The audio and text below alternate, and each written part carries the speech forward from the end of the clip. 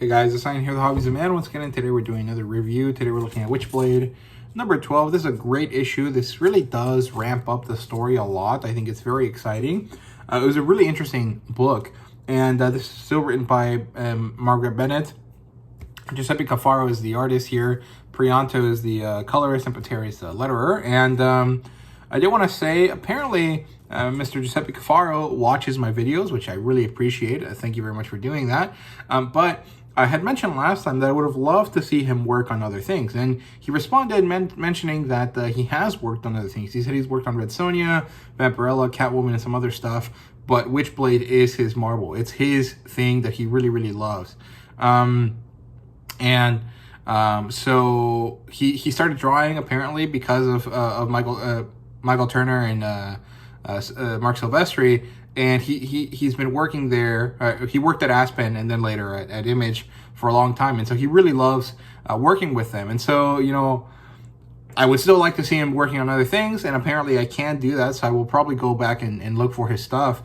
But he's where he wants to be, and I think it shows. His artwork is really, really phenomenal. So kind of just wanted to mention that, since it's a bit of an update from something I said last time.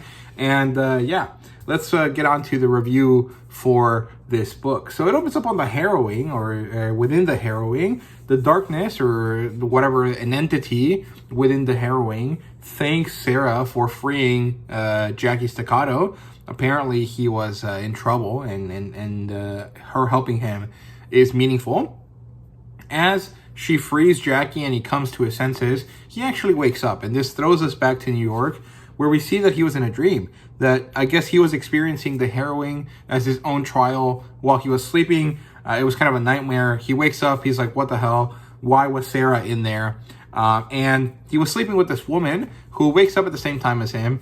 And she kind of gets mad at him. She's like, who is this Sarah? Why the hell are you dreaming of other women? You know, kind of silly, you know, reactions to what she doesn't understand.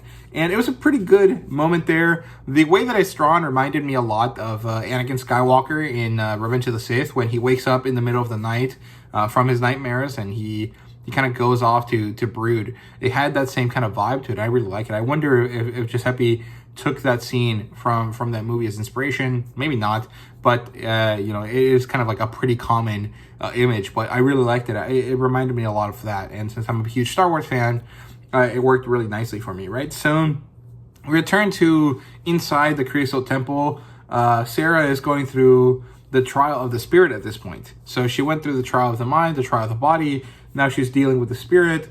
And in this one, it's kind of funny. In my opinion, I guess maybe there wasn't too much of a difference between the spirit and the mind. I guess you have to be more into esoteric things or more religious for that to make a difference to you. But for me, it doesn't really make too much of a difference. And the way that the spirit trial goes it feels more like an issue of the mind, right? Basically, Sarah sees a different timeline. She sees her life going and happening as if her father hadn't died. Like the change that would have made, she would have been so happy. She would have had a lovely, wonderful, very fulfilling life. And she realizes immediately that this is not her life, that this is something else. And the reason why she realizes this is because she feels happy in this life. And apparently that's something that she can't fathom. And so she realizes it's fake. It's deeply sad, poor girl, but also kind of understandable. And I also like that this is pretty similar to something we see in The Wheel of Time, where when the female characters, who are basically witches, become adults, or become like full witches, I guess, full sisters of the order, they go through these arches where they experience a trial like this, right? And it's pretty similar, and I like that. I thought that was really cool as well. Again, it's not something particularly special. The idea of going through a threshold, dealing with something, and then coming back is basically the most basic of human experiences, right? Or one of the most basic, right? The idea of the liminal space and the threshold from which you become, you know, accepted into the tribe or whatever is pretty common. You know, we have a lot of these rituals throughout life, but just the fact that it looked similar to Wheel of Time worked for me as well. And she realizes it's not real. She then is forced to kill her father to end the illusion, And I guess that's why it's the spirit. It hurts her to do this, but also she needs to get it back out there, so she has to go through this, right? I guess it's some level of acceptance or some level of moving on from it, if that makes sense. And as she passes, she goes through another threshold. She finds herself coming across this child in a cage, and this child is an angel. And this is an angelus, right? Or the angelos. This is kind of like an important thing in the Witchblade mythos. Not very clearly to me, because I only really read the first couple issues of Witchblade, of the original run. And so this is pretty different to me. This is stuff that I've not experienced before, but it's pretty good. And I love Kafaro's artwork here. It looks really, really great. The way that he captures the face of the child, where they're like really sad, but also maybe it almost feels like they're starting to hope. It's kind of very, very interesting. I quite like it. And so Sarah takes the child and she brings it out of the Creosote Temple. And this is when we realize that Irons was supposed to take care of Michael, right? And heal him. And she tells him, what the fuck, what's going on? And he's like, oh, well, while you were in the temple, only a second has passed for us, but time has flown differently for you, right? So this is kind of like a fae thing, right? And he tells her, give me the angel and I'll heal Michael immediately, right? And so he's altered the deal. Pray that he doesn't alter it further, right? But she doesn't. She chooses this moment to kind of rebel against him. Maybe not the best choice, but also, from her perspective, she's gone through all this shit. He didn't do what he was supposed to the first time. He's not going to do it anymore. And in this case, she's protecting something like out of this world, right? This angel. And so she kind of snaps and just kind of claws at Irons with the Witchblade. And then he steps back. He's like, fuck, I knew this was going to happen. Why can't you just be good and do what I tell you? And then he forces Ian to become, or to don his armor, his really, really cool, like, Oda Nobunaga armor, and fight against Sarah.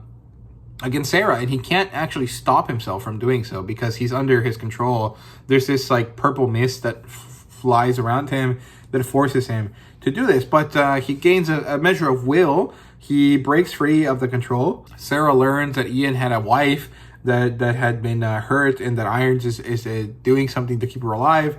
And she gets distracted. And as she does, Irons grabs the Witchblade, which maybe he shouldn't be able to do, and then cuts off her arm. Or maybe he just cuts her arm without touching the Witchblade initially. I can't remember exactly, but the end result is that Sarah's hand has been cut off. Very Star Wars again.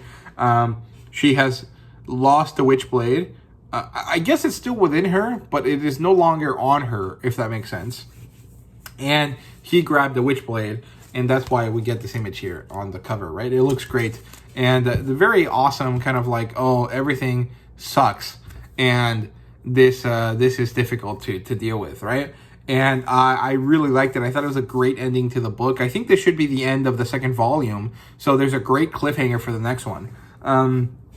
And it seems like the story is going to ramp up a little bit more. There's been a lot of setup, so it's really nice that we've seen a lot more catharsis going on, a lot more, of that setup coming back and being meaningful.